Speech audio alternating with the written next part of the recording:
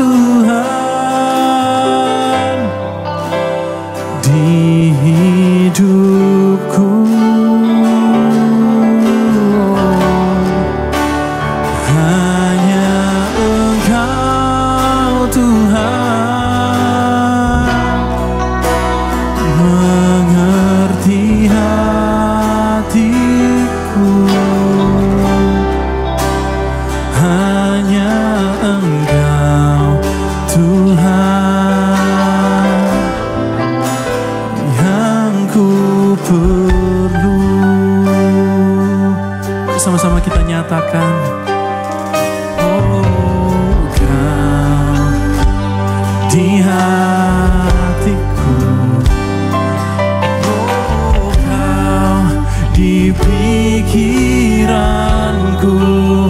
dan bawaku mendekat. Oh di mana Kau tinggal,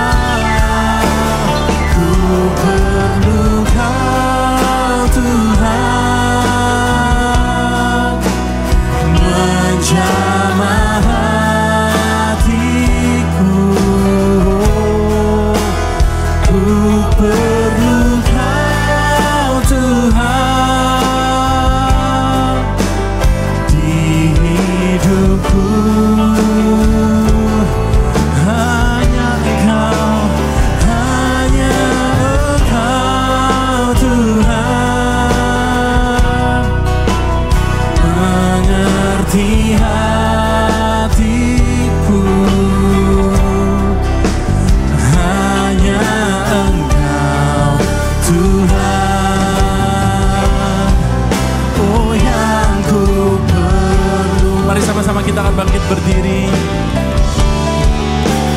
Ku perlu Kau Tuhan, menjamah hatiku. Kami perlu Kau Tuhan, kami perlu Kau di hidupku. Hanya Engkau Tuhan,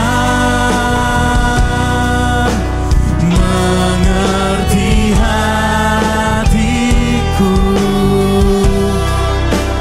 Hanya Engkau.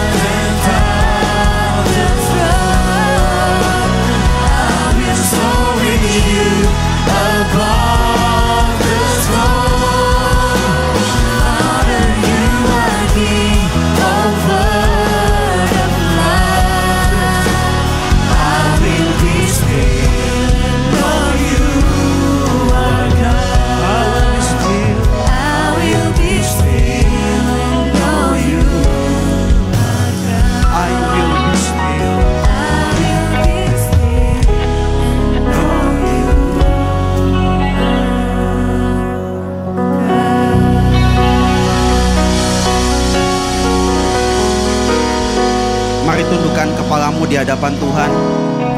Pejamkan matamu sejenak. Mari kita berdoa. Tuhan, pengaruhilah setiap hati kami, supaya kiranya hati kami tidak terpengaruh oleh dunia. Supaya yang mempengaruhi kehidupan kami adalah firman-Mu. Yang mempengaruhi gaya hidup kami adalah ajaran-Mu. Yang mempengaruhi keseharian kami adalah perintah-Mu. Yang mempengaruhi cara tutur kami, cara hidup kami, cara berkata, cara berbuat kami adalah janji-janji-Mu. Pada sore hari ini Tuhan, kami mau belajar isi hati-Mu. Ampuni setiap kami Tuhan. Kuduskan setiap kami.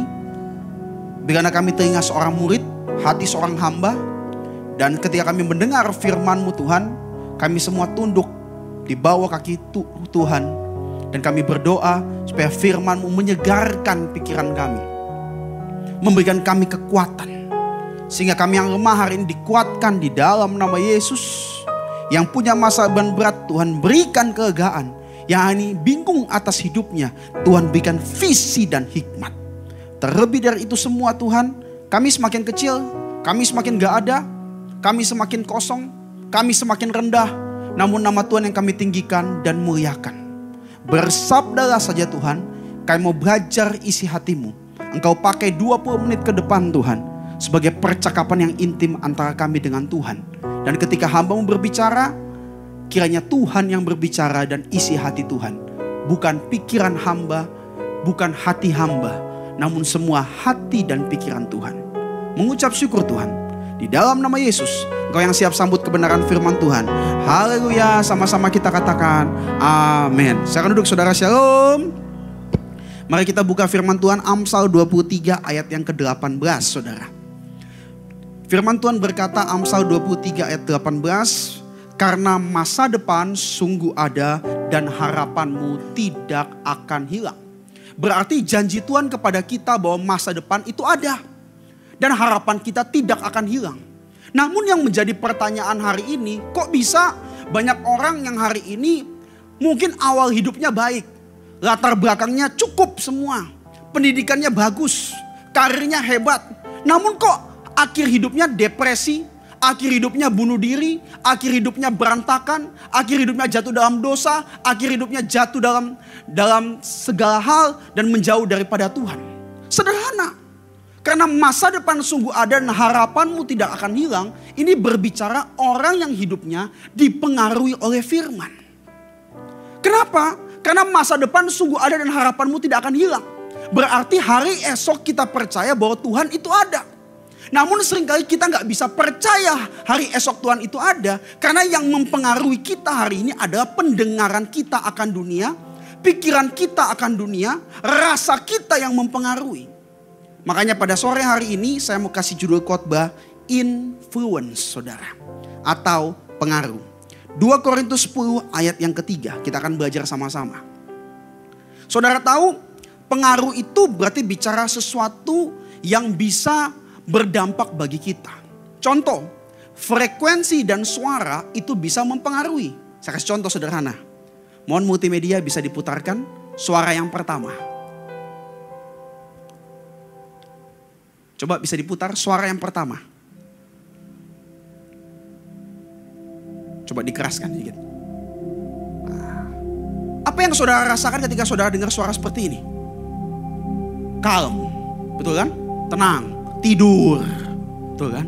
Orang kalau tenang tuh bisa tidur, bisa istirahat. Oke? Tangkap ya. Berarti suara gelombang bisa mempengaruhi kita. Oke? Yang kedua coba.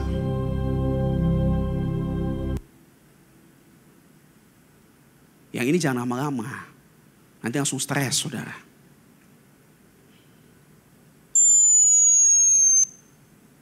Terus dimainkan aja nggak apa-apa. Terus lagi dimainkan. Stop. Loh, bedanya apa? Yang pertama itu kita dengar kita comfort, betul kan? Yang kedua kita dengar mengganggu kayak geli, ngilu. Kenapa? Berarti kan gelombang aja bisa mempengaruhi. Benar ya?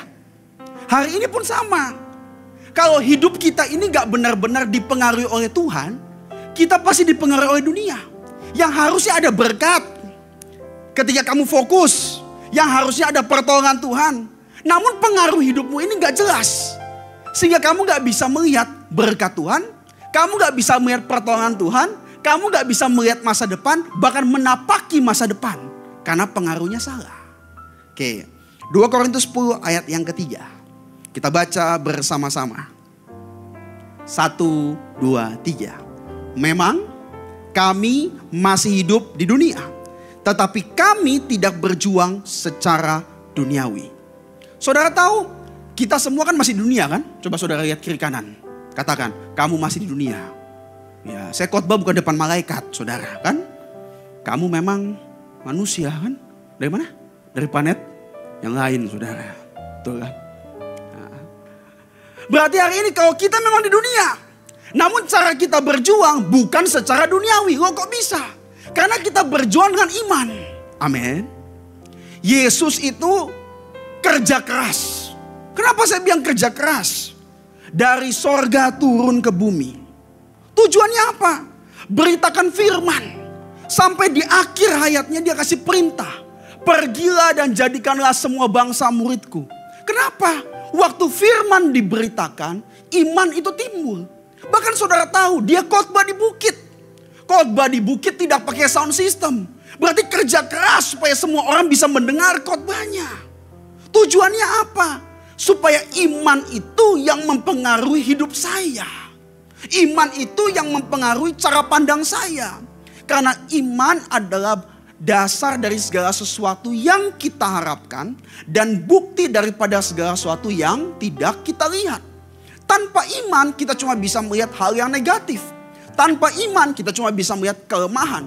Tanpa iman kita cuma bisa melihat rendah diri. Namun dengan iman, sesuatu yang orang anggap mungkin jahat, kesakitan, kebencian, dengan iman kita bisa mengampuni. Dengan iman kita ditampar pipi kiri, kita bisa berikan pipi kanan. Dengan iman kita hari ini orang berbuat jahat kepada kita. Manusia tanpa iman dia cuma melihat kejahatannya, dia fokus. Namun manusia dengan iman dia bisa melihat ada kebaikan Tuhan. Saya harus belajar mengampuni. Dia bisa membalas kejahatan dengan kebaikan. Makanya poin yang pertama, pengaruh yang sehat hanya dari iman yang hidup. Tanpa iman yang hidup, kita tidak akan punya pengaruh yang sehat. Kata influence, saudara, di tengah-tengahnya ada kata FLU atau flu.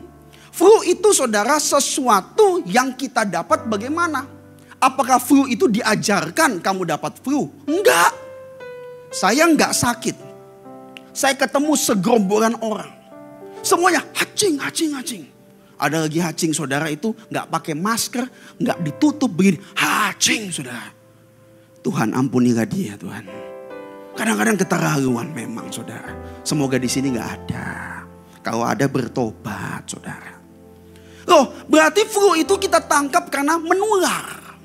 Makanya kan pergaulan yang buruk merusak kebiasaan yang baik. Sesuatu yang buruk tidak usah diajarkan. Namun sesuatu yang buruk bisa ditularkan.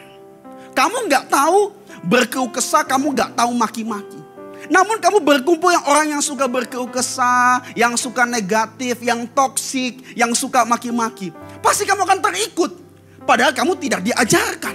Loh kenapa? Berarti pengaruh buruk, bad habit itu, saudara, itu didapat karena tertular.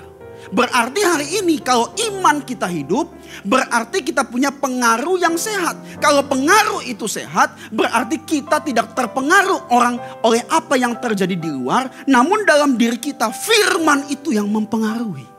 Amin. Selanjutnya 2 Korintus 10 ayat yang keempat. Makanya pengaruh itu bicara penularan juga. 2 Korintus 10 ayat yang keempat dan 5. Ya, kita baca sama-sama 1, 2, 3. Karena senjata kami dalam perjuangan bukanlah senjata duniawi. Melainkan senjata yang diperlengkapi dengan kuasa Allah. Yang sanggup untuk meruntuhkan benteng-benteng. Iman yang hidup menghasilkan pengaruh yang sehat. Iman timbul dari pendengaran oleh firman Allah. Injil adalah kekuatan Allah. Iman hidup ada kuasa Allah. Iman hidup Pengaruh itu bisa berfungsi. Influence itu bisa bergerak. Terus ya, ayat yang kelima. 1, 2, 3. Kami mematahkan setiap siasat orang dan merubuhkan setiap kubu yang dibangun oleh keangkuhan manusia. Untuk menentang pengenalan akan Allah, kami menawan segala pikiran dan menaklukkannya kepada Kristus. Berarti iman yang hidup itu memberikan pengaruh yang sehat. Setelah pengaruh yang sehat, iman itu harus terus saudara dilatih. Pengaruh itu harus dilatih. Kalau pengaruh kita nggak pernah dilatih, pengaruh itu tidak akan berfungsi. Saya ulangi, poin yang kedua. Pengaruh harus dilatih. Kalau tidak dilatih, pengaruh itu tidak akan berfungsi. Pengaruh yang dilatih supaya dia berfungsi. Mobil semewah apapun, kalau tidak pernah dijalankan, hanya menjadi karat. Saudara punya gitar sebagus apapun, kalau tidak pernah dimainkan, itu pun tidak ada fungsinya. Begitu juga, pengaruh yang sehat itu harus dilatih. Berhatilah berpengaruh berbicara yang baik. Berhatilah berpengaruh berpikir yang baik. Berhatilah berpengaruh memberikan hal yang mengucap syukur. Berhatilah memberikan pengaruh hari ini saudara, contoh orang yang sabar. Itu harus dilatih. Kalau kesabaran gak pernah dilatih, gak akan punya fungsi. Betul kan? Orang yang sabar, orang yang menguasai diri, melebihi daripada seorang pahlawan, Amsal bilang. Melebihi daripada orang yang merebut kota. Loh kok bisa? Karena kesabaran itu waktu kita latih menghasilkan sesuatu yang besar. Namun kok bisa saya sabar? Sabar itu punya pengaruh. Namun kalau nggak dilatih, kamu berarti nggak sabar. Hari ini, kita bisa berkata tidak melawan cara dan siasat musuh. Kita bisa hari ini bisa berkata tidak pada sesuatu dosa. Itu siasat daripada setan. Siasat dari orang tidak mengenal Allah. Namun itu harus dilatih. Saudara ke gereja tiap minggu.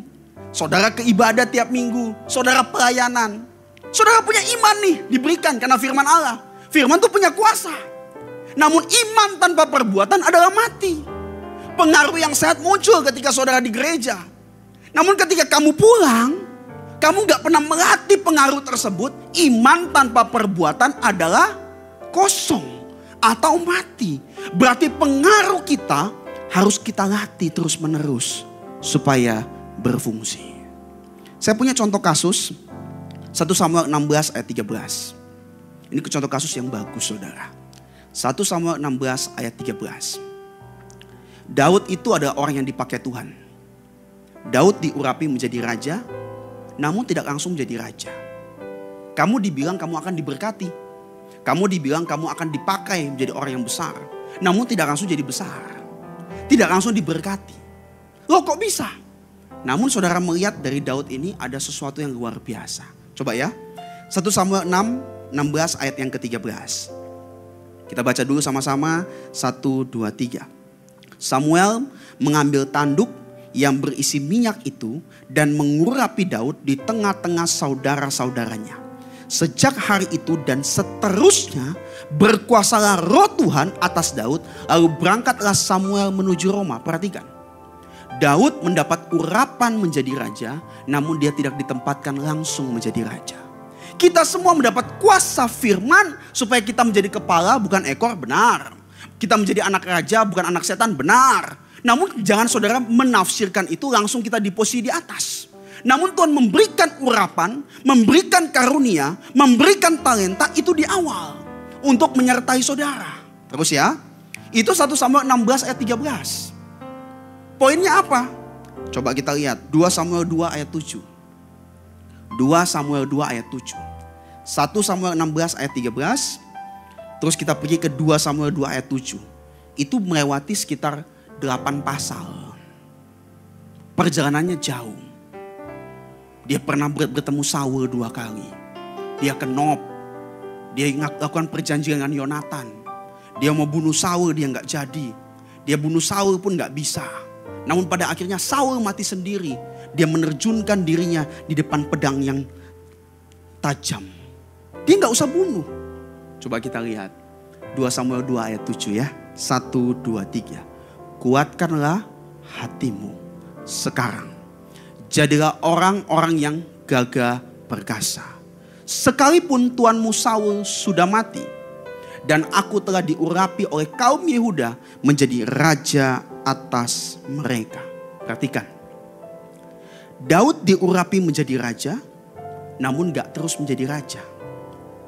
Bicara gak langsung dapat jabatan. Dia melakukan perjalanan yang jauh, baru dia bisa dipercaya menjadi raja. Jangan hari ini saudara berpikir, saya punya iman, saya punya firman, langsung saya punya pengaruh yang besar. Pengaruh itu berbicara bagaimana saudara bisa mempengaruhi kebiasaan hidupmu, bisa mempengaruhi keseharianmu. Dalam setia dari perkara yang kecil diberikan perkara yang besar. Setia dari perkara yang sederhana diberikan perkara yang lebih rumit. Namun pengaruh itu menyertai. Satu kasus. Dalam perjalanan ketika diurapi, pada akhirnya dia menjadi raja, menerima urapan raja, tidak langsung menjadikan dia raja secara dunia, namun Tuhan memakai dia di tangan Tuhan. Namun dalam perjalanan tersebut ada satu kisah, 1 Samuel 22 ayat 1. Punya pengaruh yang besar kan? Kita baca dulu sama-sama ya, 1, 2, 3. Berhimpunlah juga kepadanya setiap orang yang dalam kesukaran. Setiap orang yang dikejar-kejar tukang piutang. Setiap orang yang sakit hati, maka ia menjadi pemimpin mereka. Bersama-sama dengan dia ada kira-kira 400 orang. Ayatnya tetap ditampilkan. Oke, saudara perhatikan ya. Diurapi menjadi raja, perjalanannya panjang. Tidak menjadikan dia langsung jadi raja. Namun Tuhan titipkan pengaruh. Tuhan titipkan kemampuan, Tuhan titipkan talenta, Tuhan titipkan karunia, Tuhan titipkan hati Tuhan. Namun waktu berjalan terus menerus ya, pada akhirnya tetap jadi raja. Karena itu visi. Namun dalam satu sisi dalam perjalanannya, saudara tahu dia ini dalam gua. Namun tetap dipakai Tuhan loh saudara. Saul mungkin dikelilingi dengan orang-orang yang hebat. Dikelilingi dengan jenderal-jenderal. Ahli panah semua yang jagoan. Namun Daud dia cuma di dalam gua karena dia punya pengaruh saudara. Dia hari ini orang-orang yang dikejar tukang piutang. Orang yang sakit hati. Betul kan? Orang yang dalam kesukaran. Itu dekat kepada Daud. Dan Daud tetap menjadi pemimpin atas mereka. Ini bicara apa? Pengaruh kita diuji sewaktu kita dibentuk. Sebelum Daud menjadi raja dia dibentuk hatinya. Dibentuk karakternya. Namun pengaruh itu tetap ada. Hari ini kalau Tuhan belum izinkan sesuatu yang besar terjadi dalam hidupmu, jangan menyerah. Namun hari ini tetap pastikan bahwa saya tetap berpengaruh dalam kehidupan saya. Walaupun dipandang orang sebelah mata. Namun itulah kekuatan Tuhan. Amin. Jangan menganggap, wah saya kalau pelayanan yang besar, saya hari ini kalau bekerja yang besar, berarti orang pandang saya itu berhasil. Enggak. Daud sebelum dia menjadi raja, dia ini memimpin orang-orang yang tukang piutang. Dia memimpin orang-orang yang kesukaran. Dia memimpin orang-orang yang hancur. Namun dia tetap menjadi pemimpin, menjadi contoh, menjadi teladan. Padahal dia dalam pelarian. Dia mau dibunuh. Namun waktu dia tertekan, bukan bicara dia hancur dalam masalah. Karena dia punya pengaruh. Amin. Hari ini kalau kita dalam masalah, jangan masalah mempengaruhi kita. Namun kita bisa mempengaruhi orang yang dalam masalah untuk keluar dari masalah dan punya damai sejahtera dan sukacita. Terus ya. Yang keempat, 1 Timotius 4 ayat 1. Yang terakhir. 1 Timotius 4 ayat 1.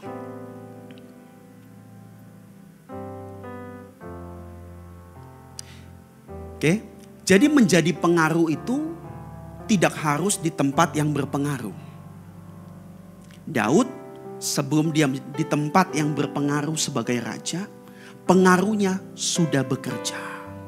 Artinya apa? Saya bisa membangun masa depan saya dengan karakter. Tidak harus saya jadi punya jabatan besar. Tidak harus saya menjadi orang yang hebat, baru saya punya karakter yang hebat. Di tengah-tengah kesendirian, di tengah-tengah kesulitan, karakter Tuhan mempengaruhi saya. Dan saya mempengaruhi orang lain dengan karakter Tuhan dalam hidup saya. Itu pengaruh. Makanya yang pertama, pengaruh yang sehat bisa muncul ketika iman yang hidup. Namun pengaruh itu harus dilatih. Kalau pengaruh tidak pernah dilatih, tidak akan berfungsi. Yang ketiga tadi, pengaruh itu harus diuji. Kenapa pengaruh itu harus diuji? Pengaruh itu harus diuji ketika kita berada di tempat yang tidak berpengaruh, namun kita bisa mempengaruhi, bukan dipengaruhi. Karena pengaruh diuji ketika kita sementara dibentuk. Kamu nih kerja keras. Kamu nih melayani. Kamu bersihin piring. Kamu bantu orang tua. Berpengaruh nggak? Berpengaruh. Namun kamu sementara dibentuk. Mungkin nggak ada yang puji. Namun tetap harus berpengaruh walaupun bukan di tempat yang berpengaruh. Karena disitulah pengaruh itu diuji. Yang terakhir. 1 Timotius 4 ayat 1. Kita baca dulu sama-sama. 1, 2, 3. Tetapi Roh dengan tegas mengatakan bahwa di waktu-waktu kemudian ada orang yang akan murtad. Lalu mengikuti roh-roh penyesat dan ajaran setan-setan.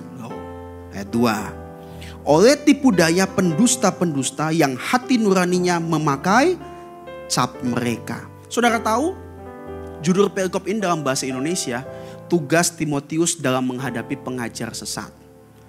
Namun dalam bahasa Inggrisnya dikatakan demonic influence. Berarti pengaruh setan. Poin saya yang keempat.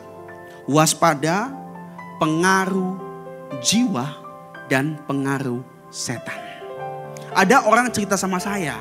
Bercanda. Pak, setan itu punya levelnya enggak?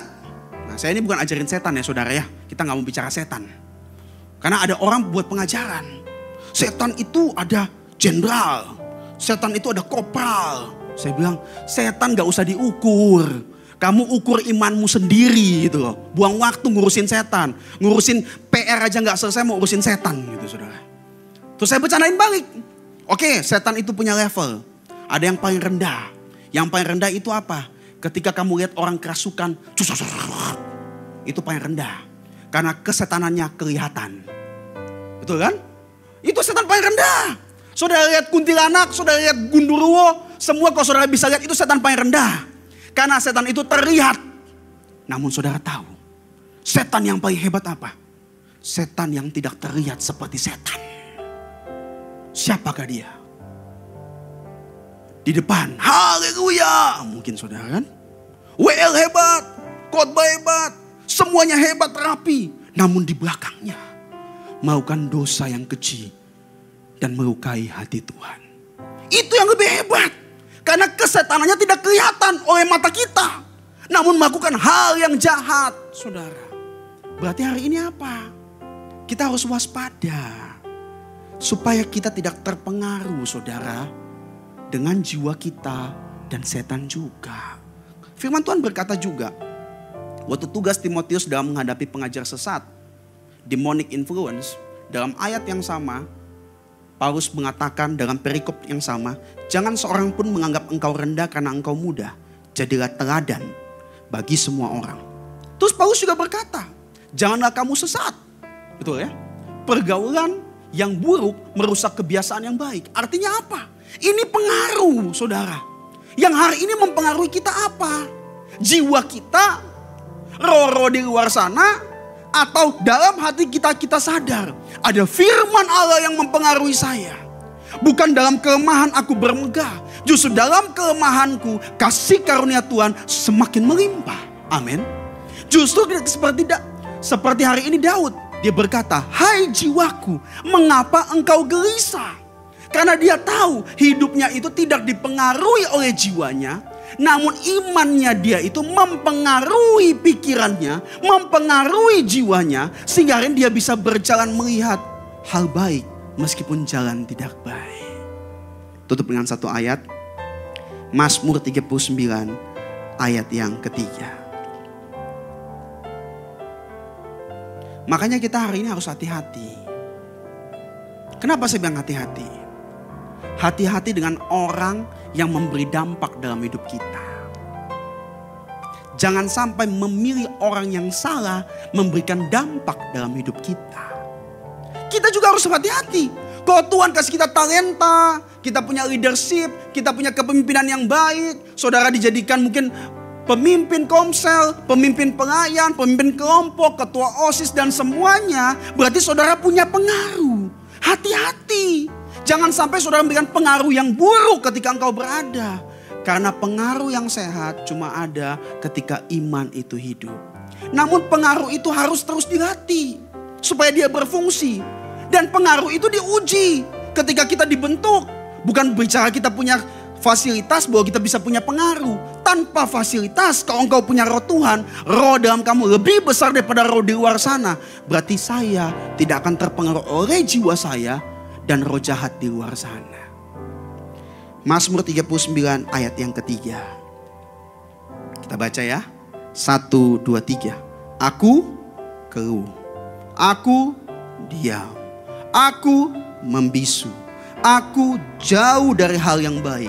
Tetapi penderitaanku makin berat. Loh, ini pengaruh apa? Ayat selanjutnya dijelaskan. Bukan pengaruh Taurat. Bukan pengaruh firman Tuhan. Namun pengaruh apa? Kita baca sama-sama ya. 1, 2, 3.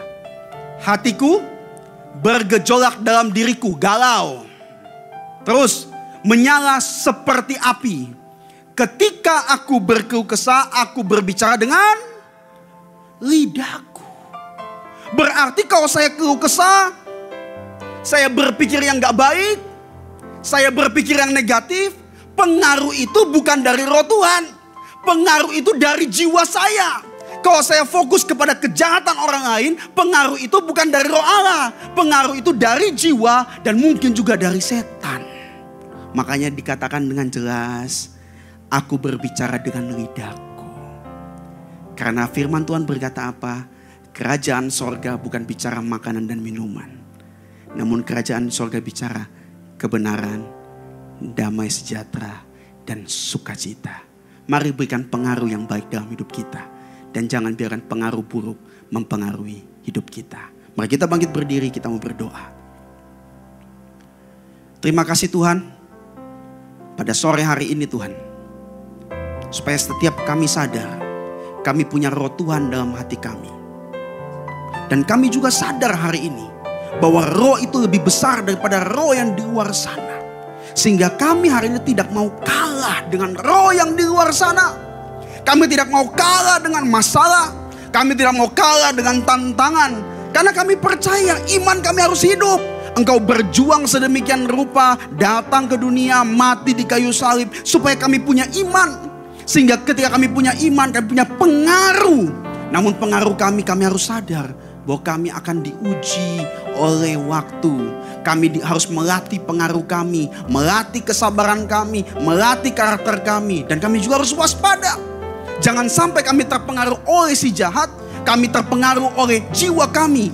Karena mungkin hari ini ketika hal jahat keluar dari mulut kami, hal jahat keluar dari pikiran kami, hal jahat kami berbuat, itu bukan pengaruh dari roh Tuhan.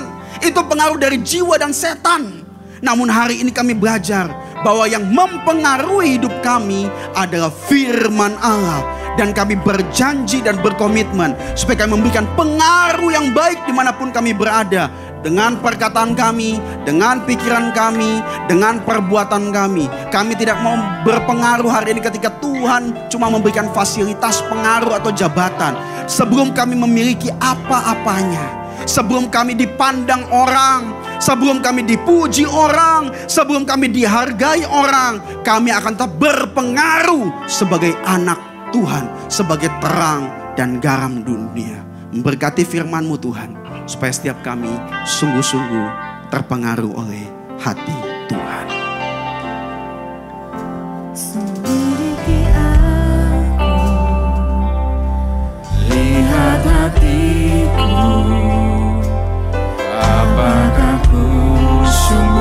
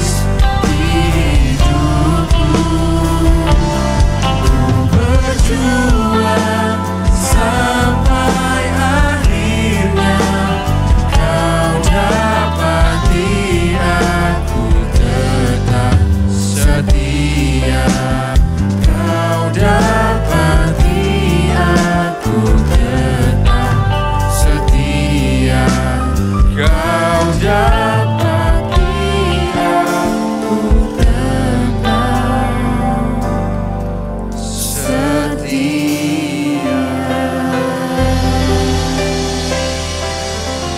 Kami berdoa Tuhan untuk gereja-gereja yang ada di seluruh dunia.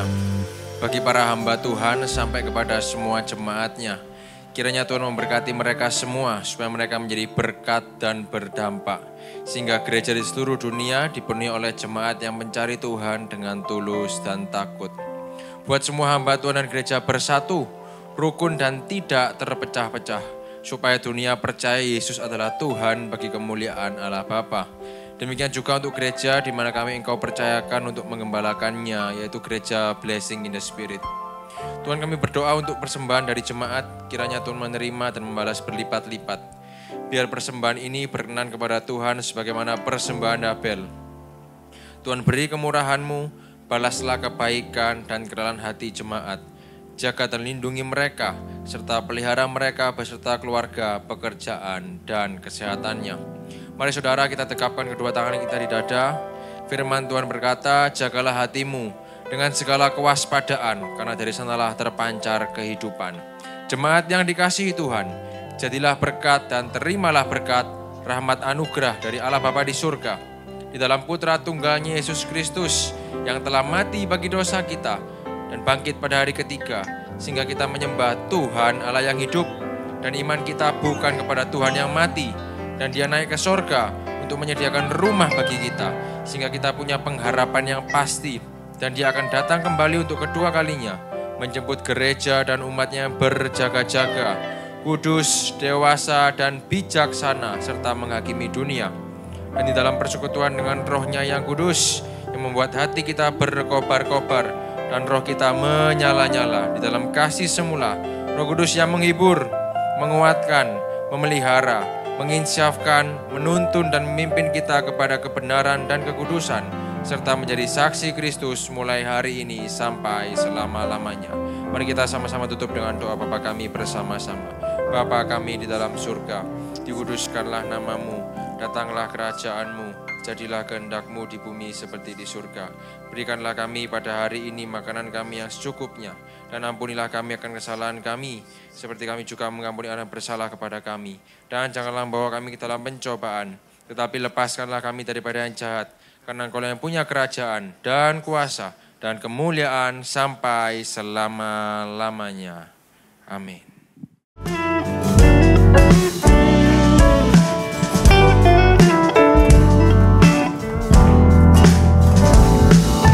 어두운 날 다 지나고 그가 빛을 발하리 쓰러져 가는 우리 영혼 주가 붙잡아 주시리 우린 쉬지 않으리 이 길에 끝이 있으니 한 걸음 한 걸음 주와 함께 걸으리 우리의 걸음이 끝나는 그날 매 순간 함께 하시니 우릴 안아주시리 더 이상 눈물 없으리 당신의 그 나라 안에서 이제 영원히 주 품 안에서 우리 찬양하겠네